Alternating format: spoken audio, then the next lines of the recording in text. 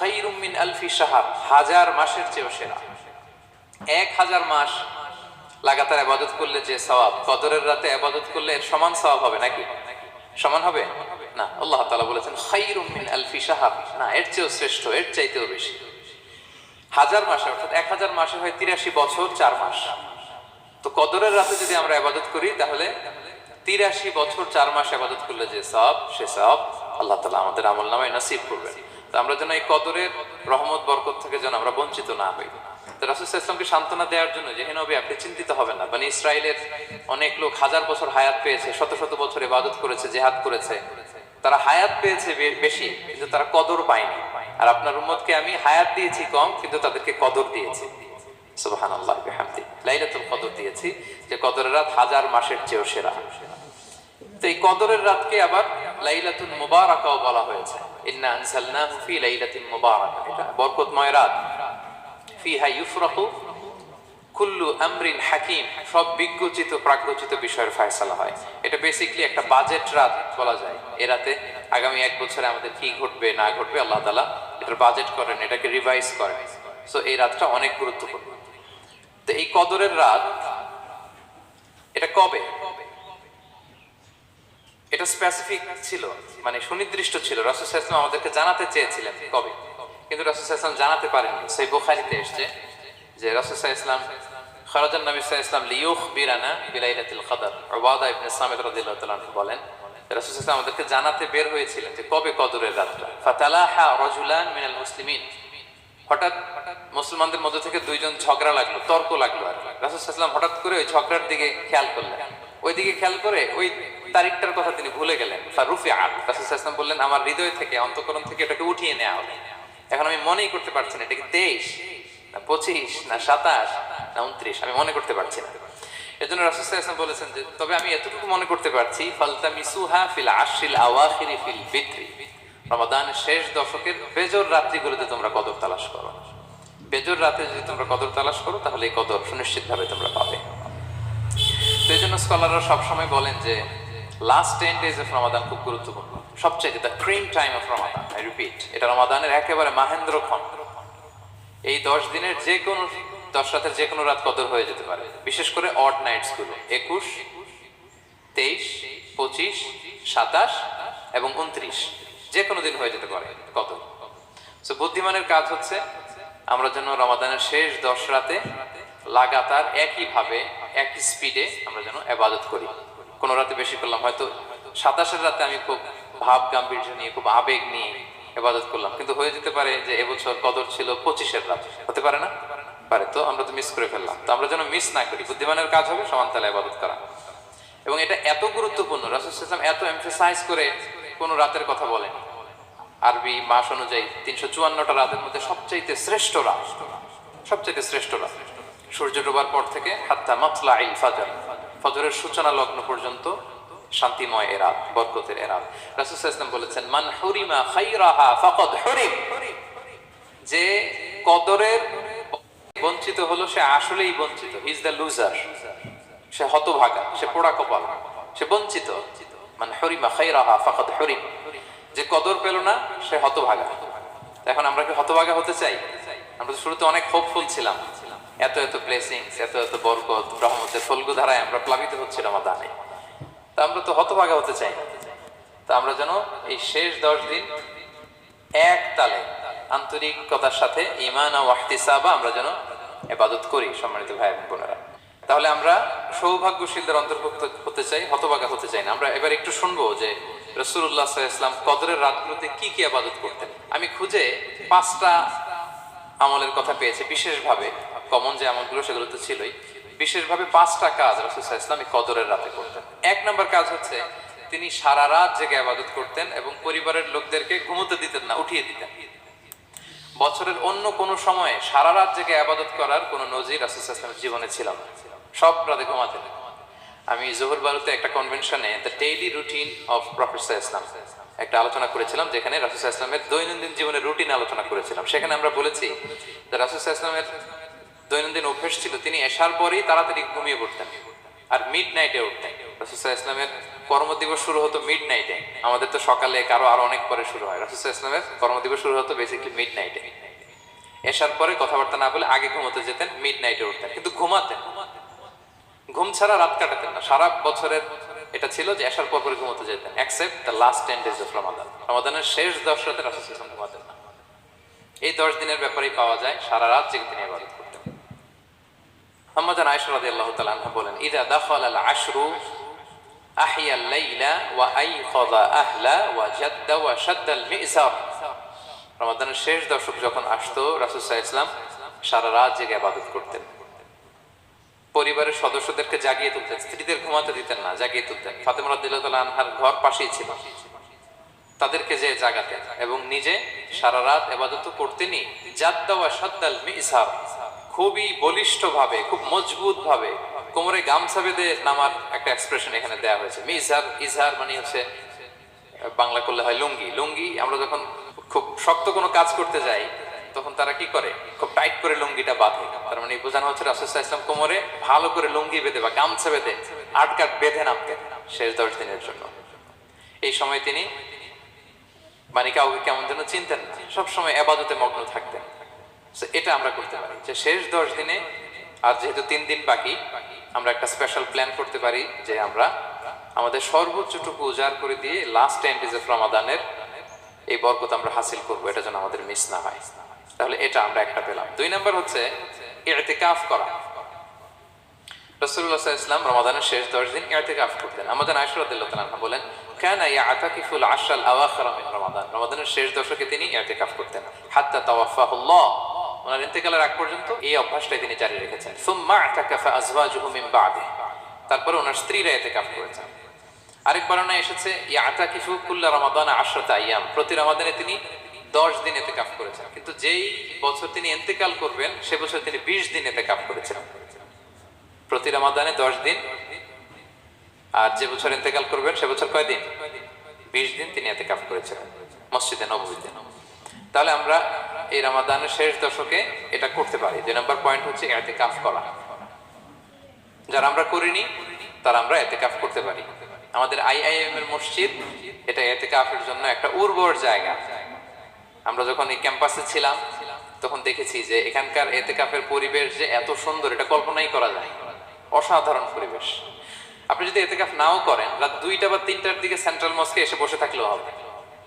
রাত 2টা 3টার দিকে এসে বসে থাকলে দেখবেন যে কেউ সেজদায় পড়ে কান্না করতেছে, কেউ হালাকা করতেছে, কেউ তাসবিহ পড়তেছে, কেউ কোরআন তেলাওয়াত করতেছে। মানে এত সুন্দর পরিবেশ, ওটা দেখলেই আপনার ইবাদত করতে মন চাইবে। তো আমরা যেন ইতিকাফ করার চেষ্টা করি। ইতিকাফ করতে না পারলে শেষ দশকের রাতগুলো যেন মসজিদে কাটানোর চেষ্টা করি, তা না পারলেও বাসায় যেন এই রাতগুলো আমরা মিস না করি। বিশেষ করে সেন্ট্রাল মস্কে তো অসাধারণ পরিবেশ, এটা হাইলি রেকমেন্ডেড। ইফ পসিবল আপনারা আসবেন, এখানে ইবাদতের চমৎকার পরিবেশ থাকে। 3 নাম্বার হচ্ছে রাসূল সাল্লাল্লাহু আলাইহি ওয়াসাল্লাম এবং জিবরাইল আলাইহিস সালাম যৌথভাবে কোরআন রিভিশন করতেন। খুব ইন্টারেস্টিং। সারা বছর যেটা নাজিল হতো, রমাদানে জিবরাইল আলাইহিস সালাম রাসূল সাল্লাল্লাহু আলাইহি ওয়াসাল্লামকে শোনাতেন, রাসূল সাল্লাল্লাহু আলাইহি ওয়াসাল্লাম আবার জিবরাইল আলাইহিস সালামকে শোনাতেন। সহিহ বুখারীর বর্ণনা, কানা জিবরিলু ইয়ালকাহু ফি কুল্লি লাইলাতিন মিন রমাদান ফায়ুদারিসুল কুরআন। প্রতি রমাদানের প্রতি রাতে এসে রাসূল সাল্লাল্লাহু আলাইহি ওয়াসাল্লামের সাথে কোরআন মুদারাসা করতেন। সহিহ মুসলিমের বর্ণনায়, আন্না জিবরিল কানা ইউআরিদুহু বিল কুরআন কুল্লা আমিন মাররা। প্রতি বছর রমাদানে একবার শোনাতেন বা শুনিয়েছেন। যে বছর তিনি ইন্তেকাল করবেন তিনি 2 বার শুনিয়েছেন। আরাদা ইউআরিদু, এটা ফ্রম বোথ সাইড। আরবি শব্দটা এমন যে জিবরাইল আলাইহিস সালাম শোনাতেন, এরপর রাসূল সাল্লাল্লাহু আলাইহি ওয়াসাল্লাম জিবরাইল আলাইহিস সালামকে শোনাতেন। কোরআন রিভিশন করা। তো এই শেষ দশকের রাতগুলোতে আমরা যেন বেশি বেশি কোরআন পড়ি। কোরআন তেলাওয়াত, কোরআনিক রিসাইটেশন হতে পারে, কোরআনের অর্থ পড়া হতে পারে, তাদাব্বুরে কোরআন হতে পারে, কোরআনের হালাকায় জয়েন করা হতে পারে। ইন ইটস এনি ফর্ম আমরা যেন কোরআনের সাথে অ্যাটাচমেন্টটা বাড়াই লাস্ট 10 days অফ রমাদানে। 4 নাম্বার কিয়ামুল লাইল করা। রাসূল সাল্লাল্লাহু আলাইহি ওয়াসাল্লাম কিয়ামুল লাইল করতেন এবং কিয়ামুল লাইল শব্দটাকে রাসূল সাল্লাল্লাহু আলাইহি ওয়াসাল্লাম কদরের সাথে জুড়ে দিয়েছেন। সহিহ বুখারীর বর্ণনায় তিনি বলেছেন, মান কামা লাইলাতাল কদরি ঈমানা ওয়া ইহতিসাবা গুফিরা লাহু মা তাকাদ্দামা মিন যামবি। কদরের রাতে যে কিয়ামুল লাইল করে বিশ্বাস নিয়ে এবং নাজাতের প্রত্যাশা নিয়ে, তার পূর্বের সমস্ত গুনাহ আল্লাহ তাআলা ক্ষমা করে দিবেন।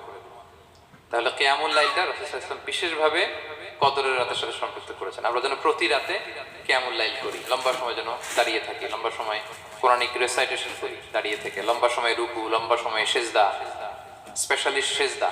আখরাবু মা ইয়াকুনুল আবদু মির রাব্বিহি ওয়া হুয়া সাজিদ ফাআকসিরু ফিহি দুআ। বান্দা যখন সিজদায় থাকে আল্লাহ সবচেয়ে কাছে থাকে, তো আমরা তো আল্লাহর সবচেয়ে কাছে যেতে চাই এই ক্রিম টাইমটাতে, কি বলেন? আমরা যেন লম্বা সময় সিজদাতে থাকি। কিন্তু আমাদের অনেকের যেটা হয়, নামাজে তাড়াহুড়ো, অনেকের সব ব্যস্ততা যখন নামাজে দাঁড়ায় এরকম হয়ে যায়। রাসূল সাল্লাল্লাহু আলাইহি ওয়াসাল্লামের সালাত যদি আমরা খেয়াল করি, বিশেষ করে কিয়ামুল লাইলে এত যে সুন্দর ছিল, আম্মা জান আয়েশা রাদিয়াল্লাহু তাআলা আনহাকে জিজ্ঞেস করা হয়েছিল যে হে আম্মা জান, রাসূল সাল্লাল্লাহু আলাইহি ওয়াসাল্লামের কিয়ামুল লাইল কেমন ছিল, কিভাবে কিয়ামুল লাইল করতেন? আম্মা জান আয়েশা, দেখেন ওনার এক্সপ্রেশনটা কত সুন্দর। তিনি বলেছেন ফালা তাসআল আন হুসনিহিন্না ওয়া তুলিহিন্না। রাসূল সাল্লাল্লাহু আলাইহি ওয়াসাল্লামের কিয়াম যে কত সুন্দর ছিল, কত লম্বা ছিল, আমায় জিজ্ঞেস করো না, আমি বলতে পারবো না। আমরা অনেক সময় যখন খুব বেশি চমৎকার কিছু হয় তো আমরা কি বলি, ভাই এত সুন্দর ছিল আমি বোঝাতে পারবো না, এরকম বলি না? যে এত অসাধারণ আমি বলে বোঝাতে পারবো না। বাংলাতেও কিন্তু আমরা বলি এত চমৎকার বলে বোঝাতে পারবো না, শব্দের গুণনে, ভাষার গুণনে আমি ফুটিয়ে তুলতে পারবো না। তো আমাদের আয়েশা এটাই বলেছিলেন, ফালা তাসআল আন হুসনিহিন্না ওয়া তুলিহিন্না। রাসূল সাল্লাল্লাহু আলাইহি ওয়াসাল্লামের রাতের নামাজ কিয়ামুল লাইল যে কত সুন্দর ছিল, কত দীর্ঘ ছিল, লম্বা ছিল, আমায় জিজ্ঞেস করো না, আমি বলে বোঝাতে পারবো না। সুবহানাল্লাহি ওয়া বিহামদিহি। আমরা যেন লম্বা সময় কিয়ামুল লাইল করি। আমাদের আয়েশা রাদিয়াল্লাহু তাআলা আনহা আরো বলেন, কানা ইয়াকুমু মিনাল লাইলি হাত্তা তাতাফাত্তারা কদামা। এত দীর্ঘ সময় দাঁড়িয়ে থাকতেন, থাকতে থাকতে ওনার পা ফুলে যেত, পা দুটো ফুলে যেত। আপনিও দীর্ঘ সময় দাঁড়িয়ে দেখেন যে পায়ে ঝিম ধরে যাবে, পা ফুলে যাবে, এটা করতেন রাসূল সাল্লাল্লাহু আলাইহি ওয়াসাল্লাম। তো আম্মা জান আয়েশা বলেন, ইয়া রাসূলুল্লাহ লিমা তাসনাউ হাদা ওয়া ক্বাদ গুফিরা লাকা মা তাকদ্দামা মিন যামবিকা ওয়া তাআখার। আপনি এত কষ্ট কেন সহ্য করেন নিজের দেহের উপরে? আপনার তো আগের পরের সব গুনাহ মাফ। আদত তো রাসূল সাল্লাল্লাহু আলাইহি ওয়াসাল্লাম গুনাহই নেই, তিনি নিষ্পাপ। এত কষ্ট কেন করেন? আপনার আগের পরের সবই তো মাফ করে দেয়া হয়েছে, কেন করেন? রাসূল সাল্লাল্লাহু আলাইহি ওয়াসাল্লাম উত্তর করেছেন, আফালা উহিব্বু আন আকুনা আবদান শাকুরা। আয়েশা, আমি কি শুকরগুজার বান্দা হতে পছন্দ করব না? আল্লাহ তাআলা আমাকে তার রহম এবং করমে সব মাফ করে দিয়েছেন, কিন্তু আমি কি শুকরগুজার হব না? আমি কি আমার রোলটা প্লে করব না? আমি কি নিজেকে সঁপে দেব না আল্লাহ তাআলার কাছে জায়নামাজে?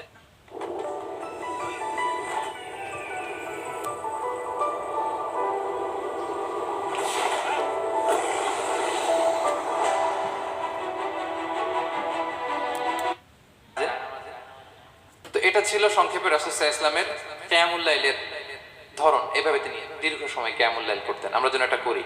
সেন্ট্রাল মস্কে কিয়ামুল লাইল এবছর নিশ্চয়ই হচ্ছে, আমরা যেন অংশগ্রহণ করি।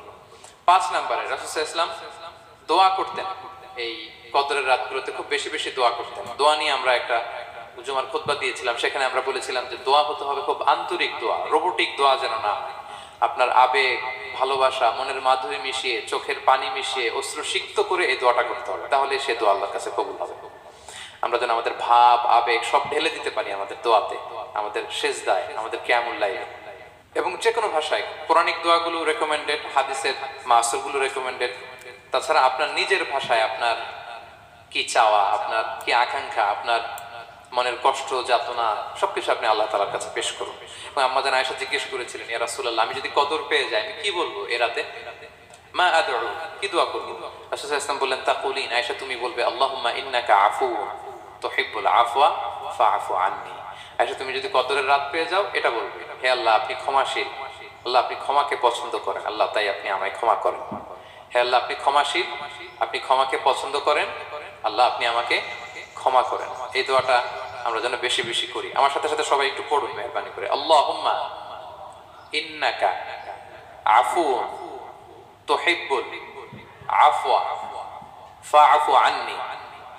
আল্লাহুম্মা ইন্নাকা আফুউন তুহিব্বুল আফওয়া ফাআফু আন্নী। হে আল্লাহ আপনি ক্ষমাশীল, আপনি ক্ষমা করাকে পছন্দ করেন, আল্লাহ আমাকে ক্ষমা করেন।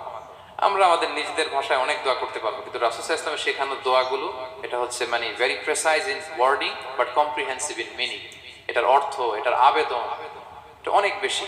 আমি অনেক 10টা-20টা বাক্য বলে এত সুন্দর কথা মিলাতে পারবো না। রাসূল সাল্লাল্লাহু আলাইহি ওয়াসাল্লাম যেটা শিখিয়ে দিয়েছেন, আগে আল্লাহর প্রশংসা করলাম, আল্লাহ আপনি ক্ষমাশীল, আবারও প্রশংসা, আল্লাহ আপনি তো ক্ষমা করাকে পছন্দ করেন। যেটা আপনি পছন্দ করেন না ওইটা তো চাচ্ছেন, যেটা আপনার পছন্দ, যেটা আপনি করতে ভালোবাসেন, গাফিরিজ যামবি ওয়া কাবিলিত তাওব, আপনি ক্ষমা করাকে পছন্দ করেন, তওবা কবুলকে আপনি পছন্দ করেন, তো সেটাই তো চাচ্ছি আপনার কাছে, আপনি আমার তওবা কবুল করুন, আল্লাহ আপনি আমাকে ক্ষমা করুন।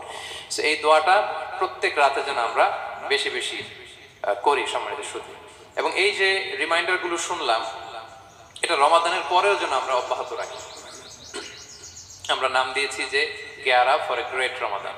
আমাদের এবাদতের যে ধারাবাহিকতা, এই গতিটাকে আরেকটু গিয়ার আপ করা, আরেকটু পুশ করা নিজেকে, আরেকটু এক্সট্রা ড্রাইভ দেওয়া। এই শেষ মুহূর্তে মাত্র 13টি দিন আমাদের হাতে আছে, আমরা যেন আরেকটু ইফোর্ট দেই, আমরা যেন আরেকটু ড্রাইভ দেই, যাতে করে আমরা আল্লাহ তাআলার আরো নিকটবর্তী হতে পারি। এবং এই রমাদানে আমরা যা শিখলাম, যেটা করলাম, এটার ইম্প্যাক্ট যেন রমাদানের পরেও আমাদের মধ্যে থাকে। আমাদের অনেকের এটা হয় যে রমাদানে আবেগে অনেক আলোচনা শুনে, ক্ষমার মাস এটা জেনে এত ইবাদত, রমাদান নাই ইবাদত নাই, এরকম হয়ে যায়। এটা যেন না হয়, বরং এটার একটা পরশ যেন আমাদের হোল দ্য ইয়ার লং থাকে। আরব শায়েখরা বলেন যে কুন রব্বানি লা তাকুন রমাদানি, রব্বানি হও, রমাদানি হয় না। মানে রমাদান আসছে, তুমি রমাদান কেন্দ্রিক ইবাদত নিয়ে অনেক উচ্ছ্বাস, কিন্তু রমাদান শেষ ইবাদত শেষ, এমনটা যেন না হয়। রমাদানের পরেও সে মেহেরবান আল্লাহ তাআলা কিন্তু আমাদের জন্য আছেন। তিনি প্রতি রাতে শেষ রাতে নেমে আসেন, এসে ডাকতে থাকেন, কার ক্ষমা লাগবে ক্ষমা চাও, ক্ষমা করবো, কে বিপদে পড়েছ বলো, আমি উদ্ধার করবো। তো তিনি আরশের উপর থেকে প্রথম আসমানে নেমে আসলেন দেওয়ার জন্য। আমি ঘুম থেকে জাগতে পারলাম না, নেয়ার জন্য। এটা হইলো প্রাইম মিনিস্টার আনোয়ার ইব্রাহিম আমাকে একটা অ্যাওয়ার্ড দিবে, লেটস সে হোটেল ইন্টারকন্টিনেন্টাল, উনি এসে বসে আছে, বাট আমি যেতে পারিনি। এটা হয় না। আল্লাহ তাআলা প্রতি রাতে শেষ রাতে এসে বলেন কার কি লাগবে দাও, তিনি নেমে আসেন বা বিশেষ মনোনিবেশ করেন প্রথম আসমানে এসে। কিন্তু আমরা যে নিব সেই সময়টুকু আমাদের হয় না। আমরা এতটা গাফেল যেন না হই, আমরা যেন একটু পুশ করি। বড় কিছু পেতে হলে নিজেকে পুশ করতে হয়, এক্সট্রা একটা ড্রাইভ দিতে হয়। সম্মানিত শুধু এই 17টি দিন কি করলাম একটু রিভাইজ করি, যোগ বিয়োগ করি নিজের সাথে নিজে, যে প্ল্যানটা নিয়ে রমাদান শুরু করলাম ওইরকম কিয়ামুল লাইল করতে পারলাম কিনা, ওইরকম চ্যারিটি করতে পারলাম কিনা, রেসাইটেশন করতে পারলাম কিনা, একটু যেন নিজের সাথে নিজে বোঝাপড়া করি, একটু যেন রিভাইজ করি এবং নিজেকে যেন একটু পুশ করি। সম্মানিত শুধু এই ছিল সংক্ষিপ্ত আলোচনা। আমি 30 সেকেন্ডসে পুরো আলোচনাটা আবার একটু যারা পরে এসেছেন একটু রিভাইজ করে নেই। আমি শুরুতে এভাবে শুরু করেছিলাম যে রমাদান এটা হচ্ছে it's a month of hope, এটা আশা জাগা নিয়ে একটা মাস। এই মাসের যে রহমত বরকতের যত যত হাদিস কোরআনের আয়াতগুলো আমরা বলেছি, এগুলো শুনলে আমাদের মধ্যে একটা আশা জাগে, আশাবাদী হয়ে ওঠে যে আমার এই মাস আমার মুক্তির মাস, আমি মুক্তি পাবো।